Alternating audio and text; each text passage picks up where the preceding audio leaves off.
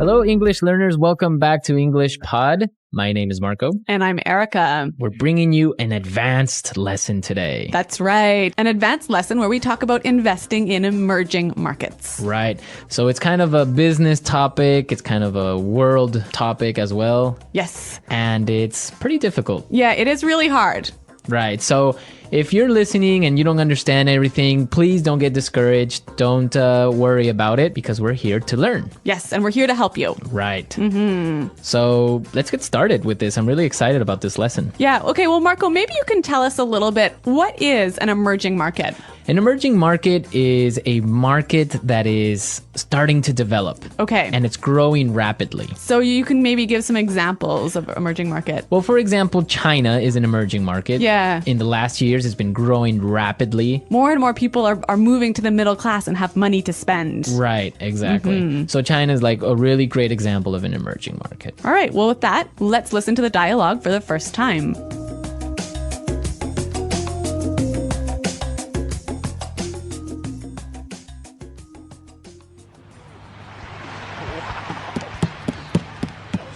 Dad, I'd like to borrow some money. Sure, Johnny. How much do you need? $5? Come on, Dad. I need $30,000. I want to get into the market. You know, I'm tired of hearing all this news about the economic downturn, the inevitable recession, people stuffing their money in their mattresses. I look at this as an opportunity. This is a chance for me to get a jump start on building my nest egg. I don't know about that. With all the uncertainty in the markets right now, it'd be a very unwise decision to invest. I don't know if you're aware, son, but there has been a lot of turmoil in the markets recently. There have already been 500,000 layoffs in the last few months, and we have no idea how the proposed stimulus package will impact upon the economy. There's just too much instability. I just wouldn't feel comfortable investing in this climate. But look at it this way. Every challenge is an opportunity. And anyway, I'm not talking about investing in the domestic market. There are emerging markets that promise great returns. Look at China, for example. They have 1.4 billion people, 500 million of whom have recently entered the middle class. Here alone, the aggregate demand for consumer goods represents an amazing wealth-generating opportunity. Oh, come on, son. You're looking at this too naively. The Chinese market has exhibited a great deal of instability, and their currency has been devalued by almost a whole percentage point. Fine then. If that's the way you feel, so be it. But you're losing out on a great opportunity here. I'm gonna hit up Mom for the cash.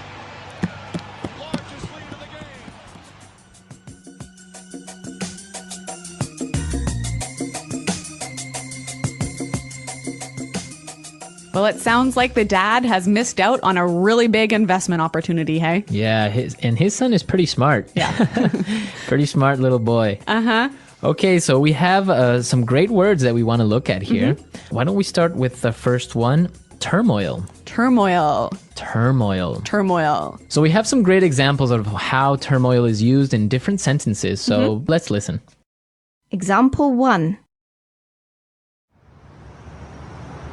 With a civil war, a famine, and inflation, the country has been in turmoil for 10 years.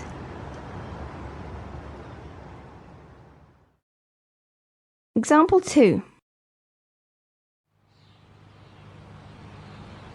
There's been a lot of turmoil in my life recently. I've moved to a new city, I've changed my job, I broke up with my girlfriend. Example 3. The devaluation of the dollar caused a great deal of turmoil in the markets. So turmoil is a state of uncertainty, of change, of difficult times. A little bit of chaos. Yeah, also, right? yeah. So, for example, when there's a lot of turmoil in the market, that means stock prices are changing drastically from day to day. Right. Or the economy is in turmoil. There's a lot of problems going on. Yeah, uncertainty. Uncertainty. Okay. Good word. All right. And we also saw something really interesting in the dialogue about a proposed stimulus package. A proposed stimulus package. So a proposed stimulus package is something that's going on now. Yes, let's break this phrase down. So we've got stimulus package. A stimulus package, something to stimulate the economy, right? Right, so money from the government to get the economy moving. To get it moving, stimulus package. Proposed. It means that it hasn't been approved yet. Right, it's suggested. It's suggested, it's an idea. So the proposed stimulus package for the U.S. economy, for example, is $150 billion. Right. That's $150 billion of American taxpayers' money that the government wants to put into the economy to keep it moving. To keep it moving, right. So if it works or not, that's still a debate, but yeah. It's a proposed stimulus package. Let's move to our third phrase, aggregate demand. Aggregate demand. Aggregate demand. Aggregate demand. So demand is pretty clear, but this word aggregate, what's that about? Aggregate is like a combined, added. Yeah. Right? Yeah. Aggregate demand. For example, in a country like China, where cities like in Shanghai or cities like Beijing, where more and more people are accumulating wealth, the aggregate demand is increasing. Right. The combined demand for consumer goods is growing. Right. More people have more money, so they're spending more. Yes. Okay. You know, Marco, there's a ton of excellent language in this dialogue, isn't there? Yeah, a lot of good stuff here. Yeah, and we want to listen to the dialogue one more time. But before we do, we have 3 words for you that we want you to listen for. Yeah, pay attention to these words. Nest egg. Nest egg. Inevitable. Inevitable. And hit up. Hit up. So from the context of the dialogue, try and see if you can figure out what they mean. But after listening to it, we'll come back and explain it anyways.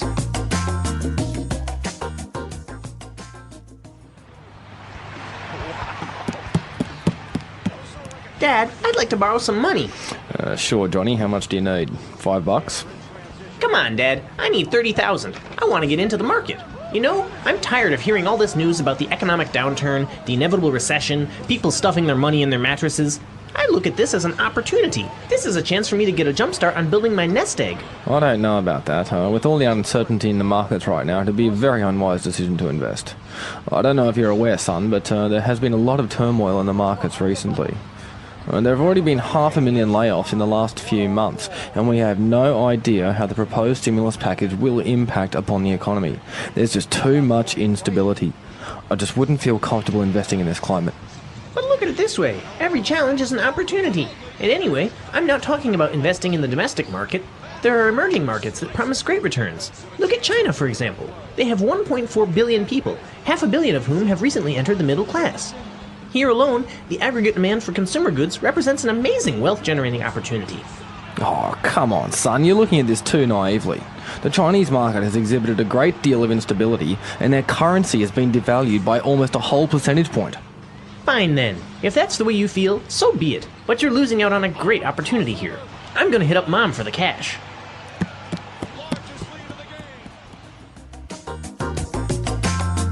So the kid wants to invest because he wants to set up his nest egg. That's right. So basically he wants to get a bunch of cash together so that he can buy a house or get married or whatever. It's that money you need to start your life, right? To start your life, your nest egg. It's kind of a weird way of referring to this money, right? I guess it is kind of funny.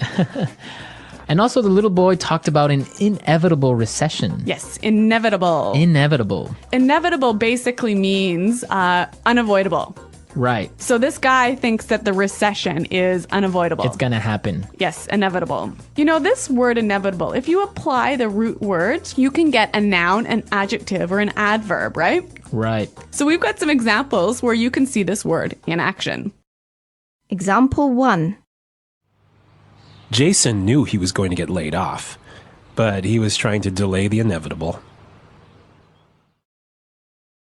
Example 2. As a new manager, it's inevitable that you're going to make mistakes. Example 3. Inevitably, we all die at the end of our lives. So as you can see, the noun and adjective form are the same. Yes, inevitable. Inevitable. When we use it as an adverb, though, we add the ly to it. Inevitably. Inevitably. Yes. So yeah, as you can see, we could use it in many different ways depending on what we want to say. Right. Well, inevitably, we have to move on to our third word. Hit up. Hit up. So he says he's going to hit up Mom for the cash. Ask his mom. Yeah, hit up. Yeah, this is kind of a slangy term, isn't it? Yeah, it's more informal, Yeah. a lot more slangy. Yeah. You wouldn't really use it with your boss, would you? No, you're not going to go up to your boss and say, hey, I need to hit you up for some cash. No. So, Marco, I think this word is only applying to money, right? Well, you wouldn't go up to your boss and say, oh, I need to hit you up for some vacation time. No, it's typically used like for money. In this context. Yeah. Hit them up. We've got some examples of the phrase hit up. Let's listen. Example 1. I'm going to hit up the boss for a raise. Example 2. Are you trying to hit me up for money? Example 3. I don't have any cash. Have you tried hitting up Sophie? She's rich.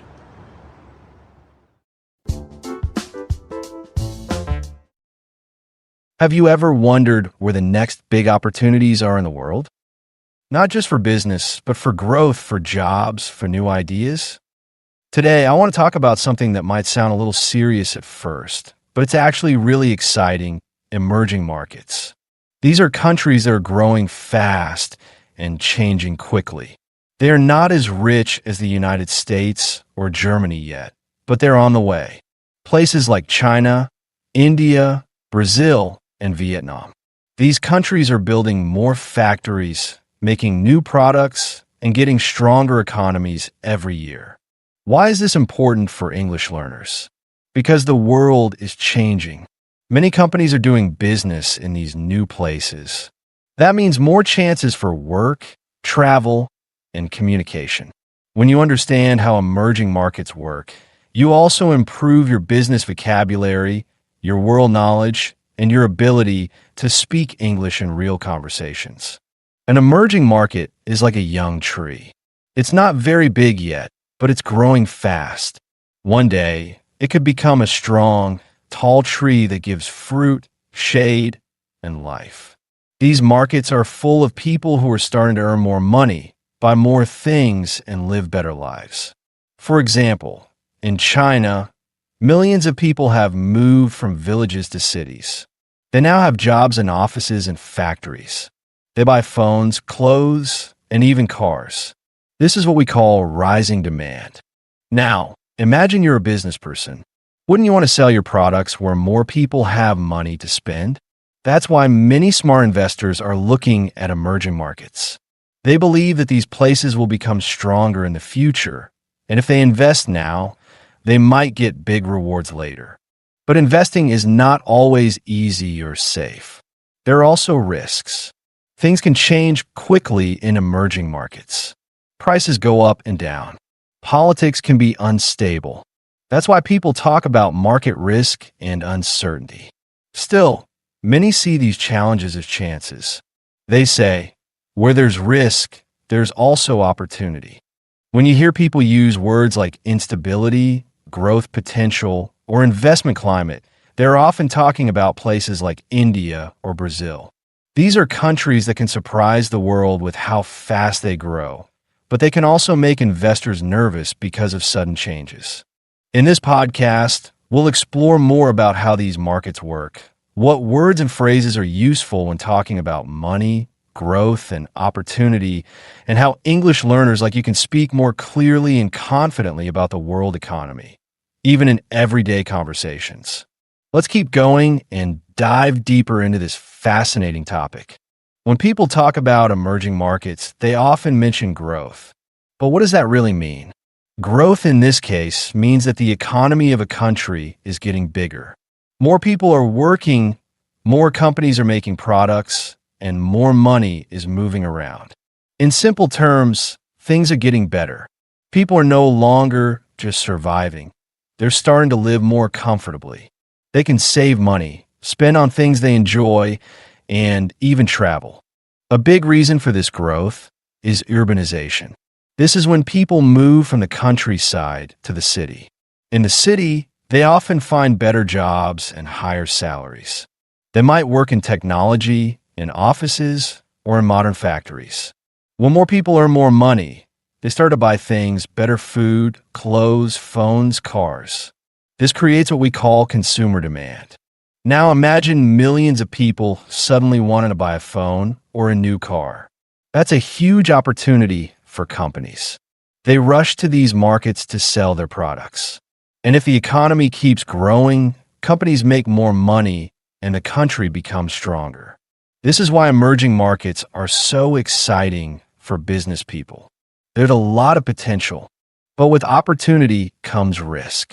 One word you should know is turmoil. Turmoil means a time of confusion or disorder. It's when things are unstable. Maybe there's a change in government, a sudden drop in the value of the local money, or a big company closes down. These events can make investors nervous. Let's say you put your money into a company in an emerging market. Then suddenly, that country changes its rules, or the local money loses value. You could lose a lot. That's the danger of market instability. But some people are not afraid. They say that when things are uncertain, there's also a chance to earn more if you're careful and smart. Here's another term to understand: stimulus package. This is when a government gives money to help the economy. For example, if a country is having a hard time, maybe people are losing jobs or businesses are closing, the government might spend money to fix it. They might build new roads, support banks, or give money to families. This spending helps people feel safer and keeps the economy moving. Many countries with emerging markets use stimulus packages to speed up growth. But these actions don't always work. Sometimes they help, sometimes they don't. That's why people who invest in these places have to pay attention to news, government plans, and the overall situation. If you want to talk about these topics in English, it's important to learn how to describe both the good and the bad sides of a market. Words like booming, developing, risky, unstable, fast-growing, and uncertain can help you express ideas clearly.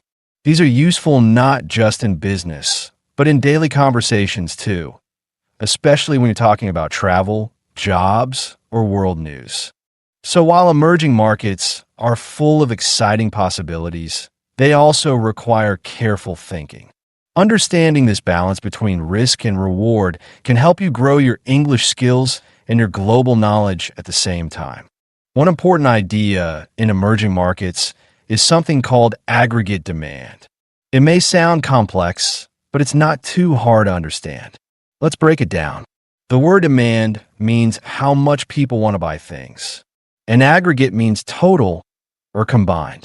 So aggregate demand means the total amount of things that people in a country want to buy: products, services, food, technology, and more. Now, in a rich country, people already have a lot. They may not need to buy a new phone every year or a new car very often. But in an emerging market, many people are buying these things for the first time. Millions of people are moving into the middle class, which means they now have extra money after paying for their basic needs. They can finally start buying better clothes, electronics, or even saving for a home.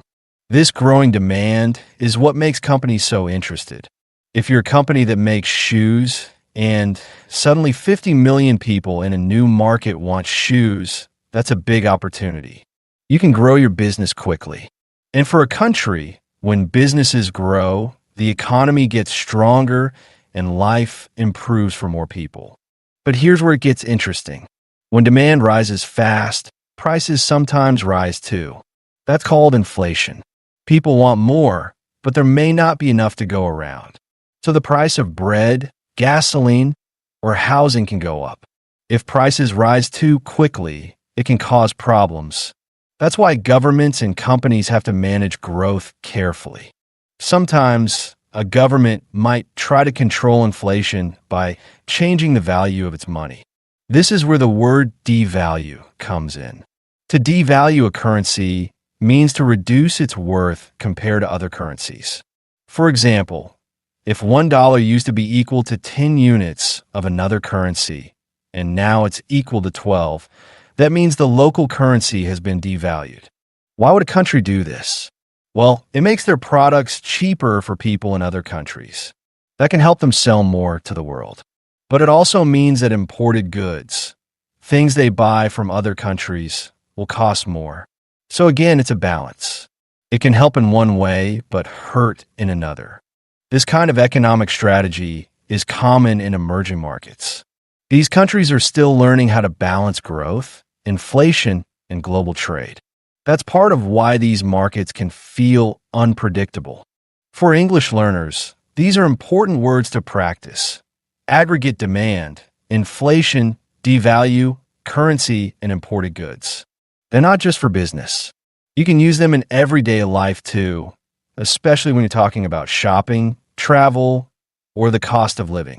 When you read the news in English or watch international programs, you'll often hear these terms. Understanding them gives you the power to follow the conversation, ask good questions, and even share your own opinions. Emerging markets may seem far away, but they affect all of us. The prices in your store, the jobs in your city, or the companies you see online. Many are connected to what's happening in these fast-changing places. That's why learning this vocabulary can open up your English and your understanding of the world.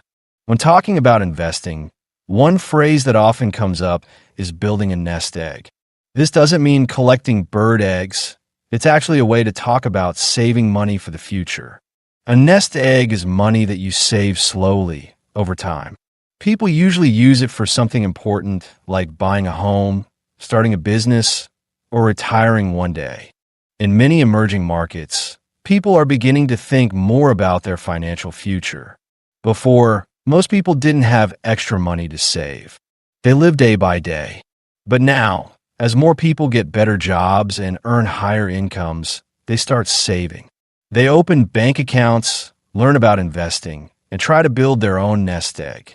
This is a sign that the country is growing economically and people are starting to plan ahead. For someone trying to build a nest egg, investing in stocks, businesses, or property can be one way to grow that money. But investing always comes with risk. That's why we often hear another important word, inevitable. This word means something that will happen no matter what. For example, many people believe that economic ups and downs are inevitable. That means the economy will always go through good times and bad times, again and again. You can't stop it. It's part of how the financial world works. So when someone says a recession is inevitable, they mean that a slowdown in the economy will come sooner or later. It's normal. Smart investors know this and try to prepare for it. They save money when times are good, and they stay calm when times are bad. That's why building a strong nest egg is so important. It gives people safety during hard times. In everyday English, inevitable is a very useful word. You can say, it was inevitable that she would get the job, or it's inevitable that technology will keep changing our lives. Learning how to use this word helps you sound more natural when talking about the future. Now let's talk about another common phrase, hit up. This is a very informal expression. When someone says they want to hit up a person for money, they mean they want to ask them for cash. It's slang. For example, if you say, I'm going to hit up my friend for a loan, you mean you're going to ask your friend to lend you some money. You can also use hit up in a casual way to say you'll contact someone. Like, I'll hit you up later, which means I'll call or message you later. But be careful. This phrase is very informal. You can use it with friends or family, but not in formal situations like business meetings or job interviews. Expressions like nest egg, inevitable, and hit up are not only interesting, they're practical. They help you understand real conversations and express yourself better in English. When you watch movies, listen to songs, or talk with native speakers, you'll hear these kinds of phrases often. Knowing them gives you confidence. In the world of emerging markets, language like this is part of daily life. People talk about saving, asking for help, and facing the ups and downs of money in life. By learning these expressions, you're not just learning English. You're learning how people think and speak about their hopes, fears, and future. In many parts of the world, especially in emerging markets, people are looking for ways to move forward. They want better jobs, better homes, and better lives. But success doesn't come all at once. It takes planning, effort, and a little bit of risk. That's why some people turn to investing. They see it as a smart way to prepare for tomorrow. Investing doesn't always mean buying stocks or starting a company. Sometimes it's about investing in education, skills, or even small personal projects. For example, someone might take a course to learn computer skills or save money to open a tiny shop in their neighborhood. These small steps can lead to big changes over time. In a growing economy, these actions help both the person and the country. But what happens when the future feels uncertain? What if prices are going up, jobs are disappearing, or governments are making sudden decisions? These are real challenges in many emerging markets. This is where strong language skills can help. Being able to talk clearly about risk, value, and change gives you more power to understand what's going on and to make smart choices. Let's look at some useful vocabulary. One key word is instability. This means something is not stable. It keeps changing or is not safe. For example, if a country changes its laws every few months, or if the prices in stores rise and fall quickly, people might say there's too much instability right now. That's a big concern for investors because they don't like surprises. Another helpful term is opportunity. Even when things are unstable, there are often hidden chances to grow. That's why some people say every problem is also an opportunity. In English, this phrase is often used to stay positive during hard times. It means that even when things look bad, you can still find something good if you pay attention. Let's take an example. Imagine a country where a lot of young people are looking for jobs, but there aren't enough companies hiring. At first, this seems like a big problem. But someone might see it as an opportunity to start a business that helps young people find work or teaches them useful skills. This is how opportunity works. It often hides inside of problems. This kind of thinking is especially useful in fast-changing places. Emerging markets move quickly, and people who think creatively can find success. They watch what's happening, listen to what people need, and find smart ways to respond. That's also what good English learners do. They pay attention, ask questions, and keep learning, even when things feel difficult. There's also the idea of long-term thinking. In business and in life, it's easy to focus only on what's happening now. But strong investors, smart leaders, and successful people often ask, what will this look like in 5 or 10 years? They don't just chase quick wins. They build for the future. The same is true for learning English. You might not feel perfect today, but every new word you learn, every sentence you speak, brings you closer to your goals. Just like investing in a new business, learning a language takes time, patience, and belief in yourself. Emerging markets are full of energy and ambition. The people living in these countries are working hard to build something better.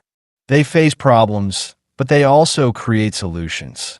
That spirit of growth, risk, and hope is something we can all learn from, no matter where we live or what language we speak. One of the most powerful lessons we can learn from emerging markets is how people grow through change. These countries are not waiting for everything to be perfect before they take action. They are moving forward even when things are uncertain. That's a lesson that can help all of us, not only in business, but in life and in language learning too. When an economy starts to grow, many new things happen. Cities expand, new buildings go up, and technology spreads quickly.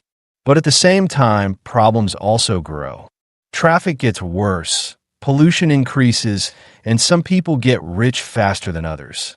This shows that growth always comes with responsibility.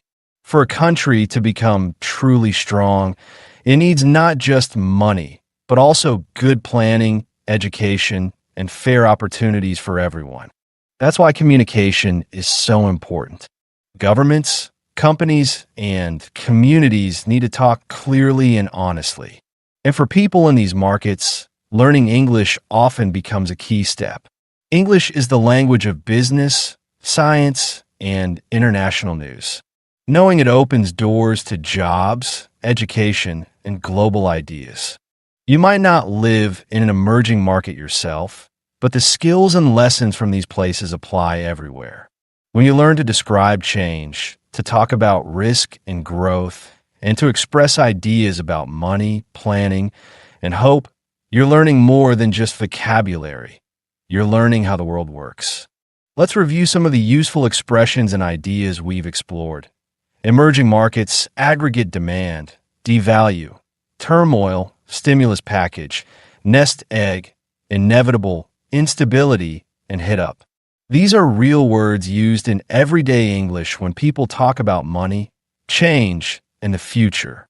They're not just business terms, they're part of how people talk about life decisions and world events. You can practice them by listening to business news, reading simple articles online, or watching videos with English subtitles. Try to use them when you talk about your own country, your plans, or your opinions. The more you use them, the more natural they will feel. Remember, learning English is not just about grammar and test scores. It's about expressing your ideas clearly, understanding others, and being part of global conversations. Just like the people in fast-growing markets, you don't need to wait until everything is perfect. You can start right now with what you have and grow from there. Keep learning, keep improving, and keep believing in your ability to succeed. The journey is long, but every step matters, and the future you're building is worth it. The English Pod Audio Review. Listen to the meaning, then say the vocabulary word. Unavoidable. Inevitable. Money that is saved to pay for something in the future, usually a house or retirement. Nest egg. A state of confusion, disorder, disturbance. Turmoil. Amount of money the government uses to improve the economy. Stimulus package.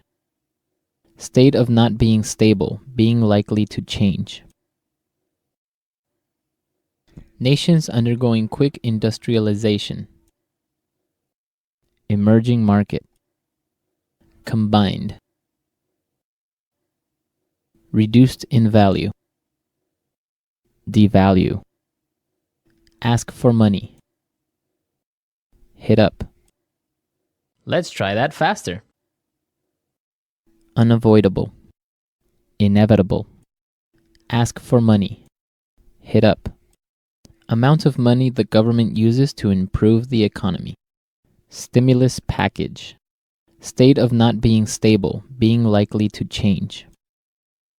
Money that is saved to pay for something in the future, usually a house or retirement. Nest egg. A state of confusion, disorder, disturbance.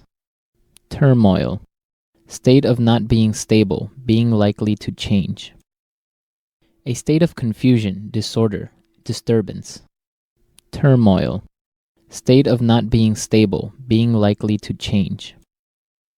A state of confusion, disorder, disturbance. Turmoil. Unavoidable.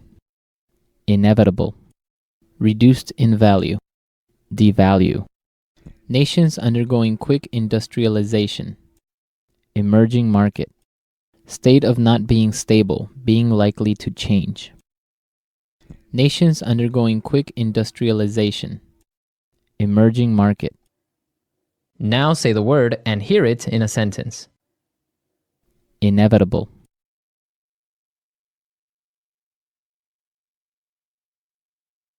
Jason knew he was going to get laid off, but he was trying to delay the inevitable. Nest egg.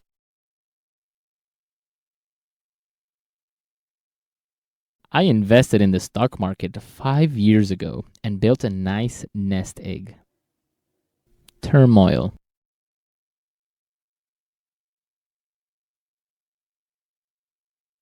With a civil war, a famine, and inflation, the country has been in turmoil for 10 years. Emerging market. Demand for luxury goods is growing quickly in emerging markets like China. Devalue. The currency has been devalued by nearly 40%. Hit up. I'm going to hit up the boss for a raise. Inevitable.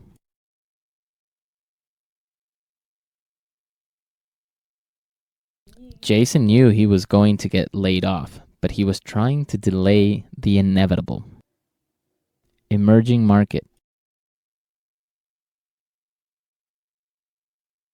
Demand for luxury goods is growing quickly in emerging markets like China. Devalue. The currency has been devalued by nearly 40%.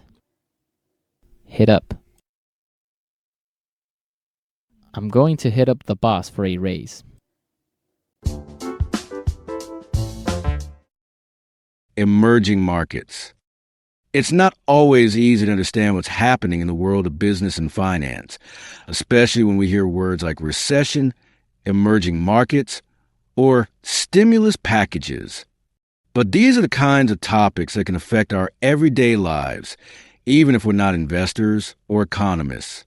Today, I want to take you on a journey into one of the most interesting ideas in the financial world, the rise of emerging markets.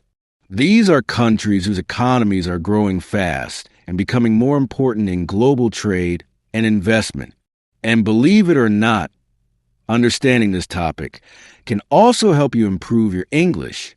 Let me tell you a story, something that might sound simple, but actually has a lot of depth. Imagine a young man, maybe just out of college. He's ambitious, full of ideas, and wants to start his financial journey.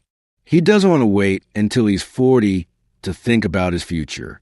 He's been reading news articles, watching videos, and listening to financial podcasts. Everywhere he turns, people are talking about the same thing: economic instability, inflation, layoffs, and fear. Most people are saving money under their mattress, trying to stay safe. But not him. He sees opportunity. He believes that when others are afraid, it might be the best time to act. While others are focused on the risks, he's focused on the potential. He wants to start building his nest egg. That's a common phrase we use in English to describe money saved for the future. It might be for retirement, buying a home, or starting a business. Whatever the goal is, having a nest egg is about planning ahead. But here's the thing. He's not looking to invest in his own country. He's more interested in what's happening in other parts of the world. Places like China, India, Brazil, countries that are growing fast. These are what we call emerging markets. They're not rich yet, but they're moving in that direction. In many of these countries, millions of people are moving into the middle class, buying more products, and creating new demand for goods and services. In simple terms, the economy is expanding, and that creates new chances for businesses and investors. Of course, there are risks too. Emerging markets can be unstable. There might be political problems, changes in government policy, or economic difficulties. For example, the value of their money or currency can change suddenly. This is called devaluation, and it can have a big impact on investments. Still, the young man believed that challenges also bring opportunity. He understands that no investment is 100% safe, but if he studies carefully and thinks long-term, he might be able to grow his savings faster than he could at home. In English, there's another phrase we often use: every challenge is an opportunity. That's exactly how he sees the current moment. While others are focused on fear and uncertainty, words like turmoil and instability, he's focused on growth potential in the future. He believes that this is his chance to get a head start, to do something bold, and to take control of his financial life. So he sits down, opens his laptop, and begins to make a plan. He reads about different countries. He looks at how their economies are performing. He checks the population, the level of education, the technology, the political climate. He wants to make smart decisions, not just emotional ones. And he's just getting started. He starts by looking deeper into China. It's a country with over 1.4 billion people, and nearly 500 million of them have recently entered the middle class. That means more people are earning steady incomes, spending money, and improving their lifestyles. This growth in consumer power creates something called aggregate demand. That phrase may sound complex, but it's simple. It just means the total demand for goods and services in an economy. When more people buy things like phones, clothes, cars, and even luxury items, companies grow, and the economy gets stronger. The young man is fascinated by this. He thinks, if more people in China want smartphones, then smartphone companies might grow fast. If more people buy online, then e-commerce businesses might make big profits. Maybe I can invest in those companies and grow my money too. But he doesn't stop with China. He studies India. He sees that India also has a huge population and a growing tech industry. He reads about Brazil, a country with rich natural resources, and Indonesia, a place where digital banking is becoming popular. These countries might be risky, yes, but they're full of potential. Still, he knows he has to be careful. Investing without a plan is like walking in a storm without an umbrella. There's too much uncertainty. One day, the market is up. The next day, it's down. This kind of situation is called market turmoil. It's a word that means confusion, chaos, and rapid change. When people hear that the market is in turmoil, they often panic. They stop investing, they pull out their money, and they try to avoid any risk. But our young investor isn't like that. He understands that if he waits for the perfect moment, he might wait forever. Instead, he focuses on strategy. He decides to invest small amounts at first. He also makes sure to diversify, another useful word in English. To diversify means to spread your investments across different areas, so that if one goes down, the others might still do well. He doesn't put all his eggs in one basket, as the saying goes. He also begins to understand another important concept, the stimulus package. When economies are weak or facing a slowdown, governments often introduce large financial plans to boost growth. A stimulus package usually involves spending government money to support businesses, build infrastructure, or give cash to citizens. These actions can help restart the economy and restore confidence. But stimulus packages don't always work the same way in every country. In developed countries, they might be large and fast. In emerging markets, they might take longer to show results. This is why the young man knows he must stay informed. He reads financial news every day, listens to market experts, and watches what central banks and government leaders are doing. Every article he reads adds to his understanding. Every new phrase he learns, like inevitable recession or currency devaluation, makes him more confident. He's not just learning about investing. He's also improving his English. He's discovering new vocabulary, understanding real-life expressions, and connecting language with the real world. For him, this isn't just about money. It's about growth in every sense. He wants to become someone who doesn't fear change, who doesn't run from problems, and who sees the big picture even when the world feels uncertain. And he knows that the journey has only just begun. One evening, as he sits at his desk, looking over charts and articles, he starts to feel a bit overwhelmed. The numbers, the news, the expert opinions, they can all become too much sometimes. He realizes that investing, especially in emerging markets, is not just about knowledge. It's also about mindset. Staying calm during market swings, avoiding emotional decisions, and being patient. These are just as important as understanding interest rates or reading a financial report. He remembers a phrase he heard in a podcast. Don't try to time the market. Time in the market is what matters. That means instead of trying to guess the perfect moment to invest, it's better to stay invested over a longer period. The longer you stay in, the more chances you have to grow your money, even if there are ups and downs along the way. So, he starts setting some personal rules. He writes them down in a notebook. Start small, but start now. Invest regularly, not randomly. Learn something new every week. Never invest money you can't afford to lose. Keep emotions out of your decisions. These simple rules give him confidence. He knows he won't always get it right, but he also knows that taking smart steps today can build a better tomorrow. Still, he faces another challenge. Not everyone supports his ideas. His father, for example, is very traditional when it comes to money. He believes in saving, not investing. He prefers safety over risk. Whenever the topic of emerging markets comes up, he quickly changes the subject. He worries about things like inflation, job losses, and unstable currencies. He often uses words like risky, dangerous, or unpredictable. At first, this makes the young man doubt himself. He wonders, am I being too bold? Maybe my father is right. Maybe I should wait. But then he reminds himself why he started. He wants to build something. He doesn't want to just follow the old way of doing things. He wants to prepare for the future, one that is changing fast, one that demands new skills and new thinking. So he continues, but more carefully now. He starts using simulation apps to test investments without using real money.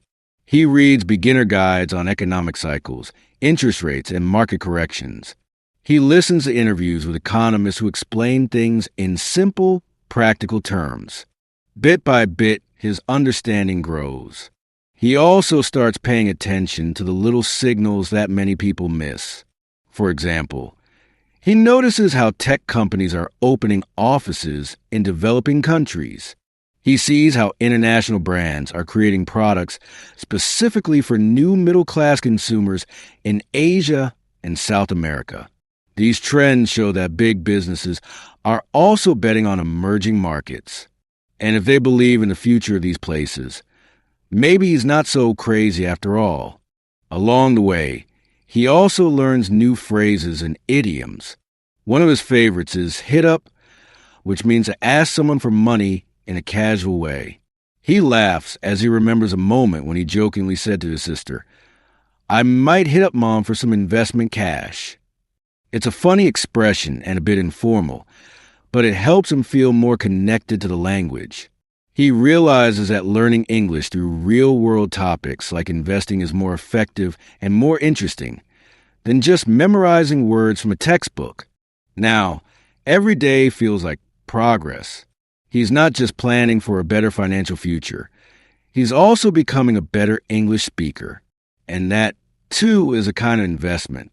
After several weeks of learning, testing, and thinking carefully, he decides it's time to take his first real step.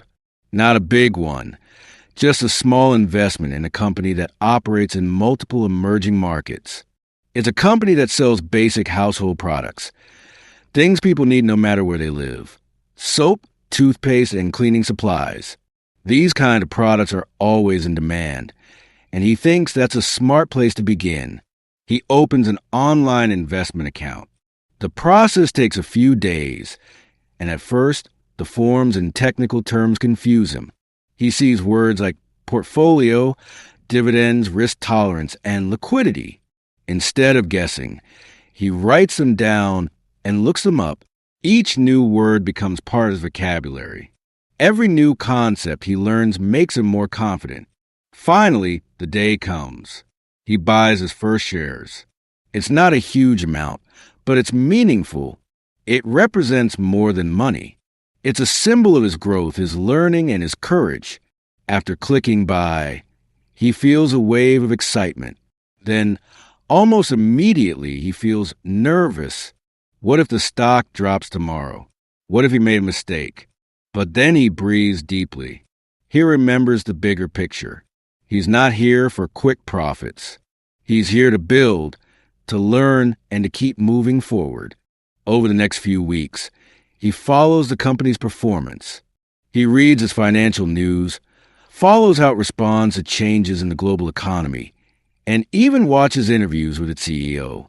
Slowly, he begins to see how all the pieces connect, how politics, currency exchange rates, consumer behavior, and global trade all play a role. At the same time, he keeps studying other emerging markets. He discovers that not all of them are growing in the same way. Some are building strong manufacturing industries. Others are becoming leaders in digital technology or clean energy. He also sees that some countries have serious problems: corruption, weak legal systems, or political instability. These are real risks, and he knows he has to be smart about where he puts his money. One day, you read an article that talked about devaluation in a small country's currency. The value of that money dropped quickly, and foreign investors lost millions. This reminds him of something important. In emerging markets, things can change fast. Currency devaluation can make it harder for companies to import goods or repay debts. It can also reduce the value of profits when converted back to US dollars or euros. But instead of feeling scared, he feels prepared. He now understands what devaluation means. He knows how to look at economic indicators, how to read trends, and how to ask the right questions before making a decision. He also begins writing a short blog, nothing fancy, just a personal journal where he explains what he's learning in simple English. His goal is to teach others while improving his own skills. He writes about words like turmoil, stimulus package, and aggregate demand, explaining them with examples from real life. People begin to comment. Some are fellow English learners. Some are beginner investors.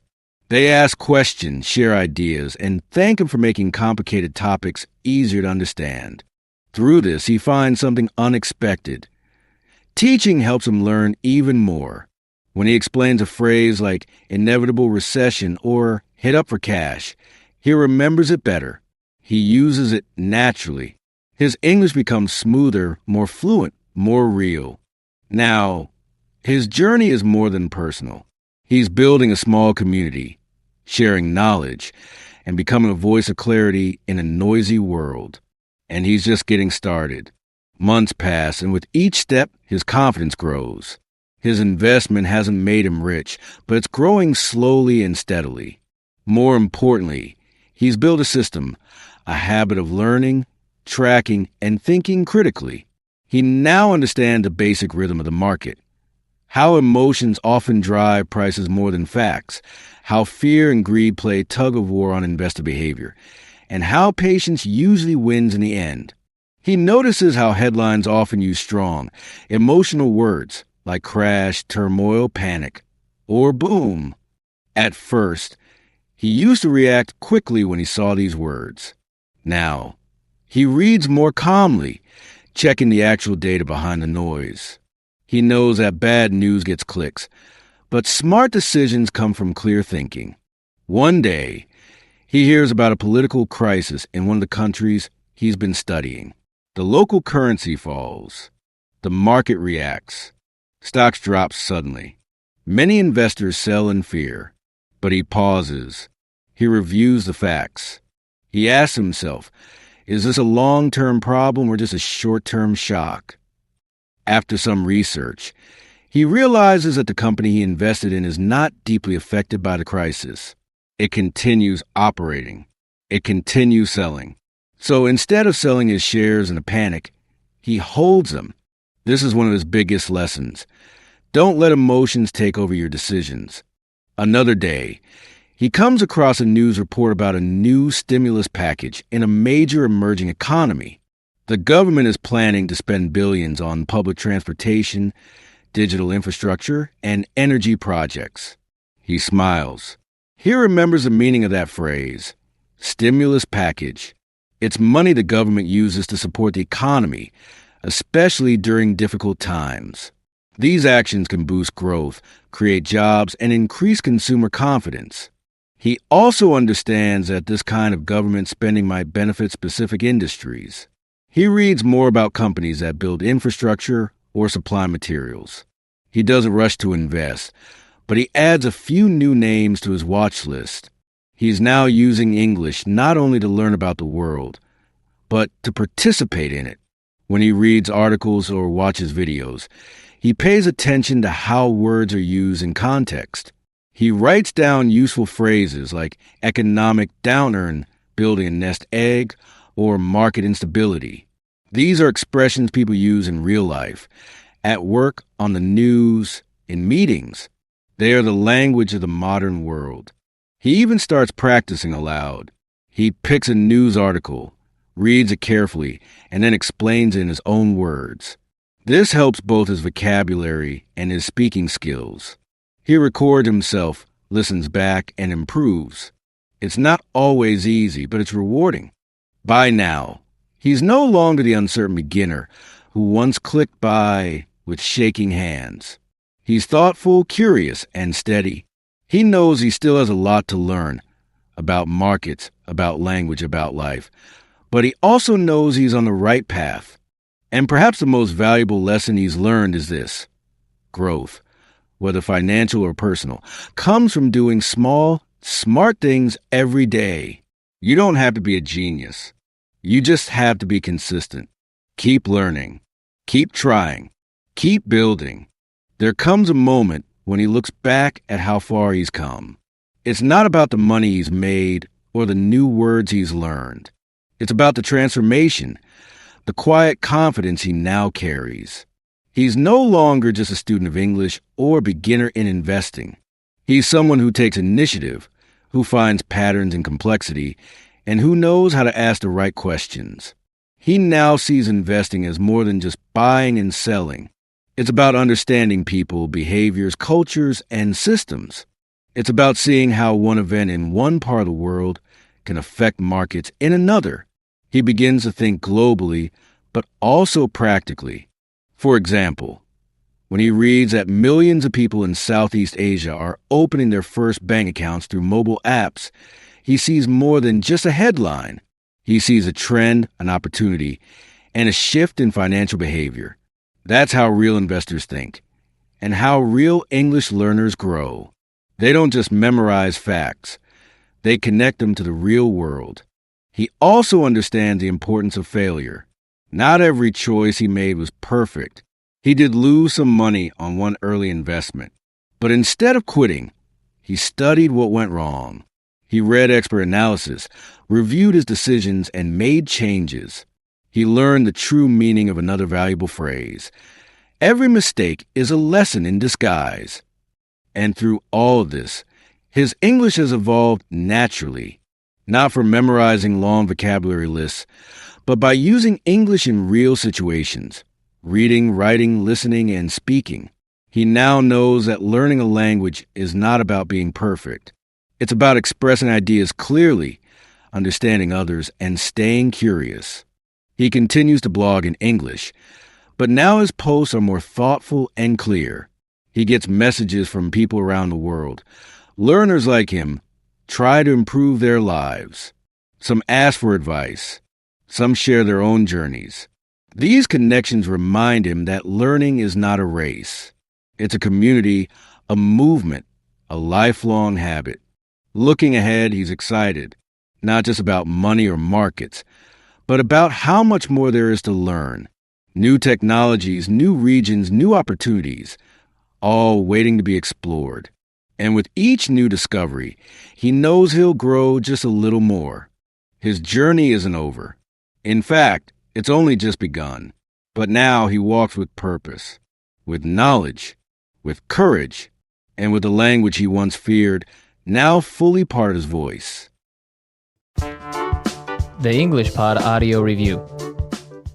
Listen to the meaning, then say the vocabulary word. Unavoidable. Inevitable. Money that is saved to pay for something in the future, usually a house or retirement. Nest egg. A state of confusion, disorder, disturbance. Turmoil. Amount of money the government uses to improve the economy. Stimulus package. State of not being stable, being likely to change. Nations undergoing quick industrialization. Emerging market. Combined. reduced in value, devalue, ask for money, hit up. Let's try that faster. Unavoidable, inevitable, ask for money, hit up. Amount of money the government uses to improve the economy. Stimulus package. State of not being stable, being likely to change. Money that is saved to pay for something in the future, usually a house or retirement. Nest egg. A state of confusion, disorder, disturbance. Turmoil. State of not being stable, being likely to change. A state of confusion, disorder, disturbance. Turmoil. State of not being stable, being likely to change. A state of confusion, disorder, disturbance. Turmoil. Unavoidable. Inevitable. Reduced in value. Devalue. Nations undergoing quick industrialization. Emerging market. State of not being stable, being likely to change. Nations undergoing quick industrialization. Emerging market. Now say the word and hear it in a sentence. Inevitable.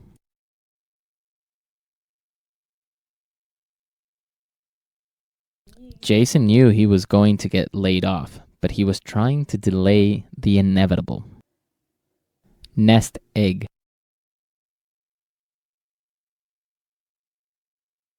I invested in the stock market 5 years ago and built a nice nest egg. Turmoil.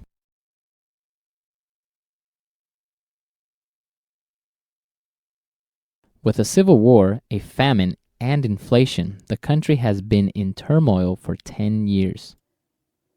Emerging market. Demand for luxury goods is growing quickly in emerging markets like China. Devalue. The currency has been devalued by nearly 40%. Hit up. I'm going to hit up the boss for a raise. Inevitable.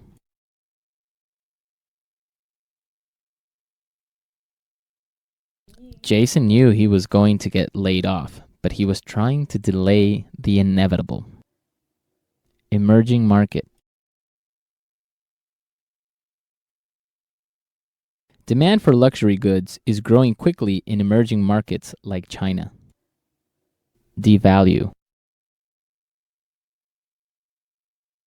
The currency has been devalued by nearly 40%. Hit up. I'm going to hit up the boss for a raise.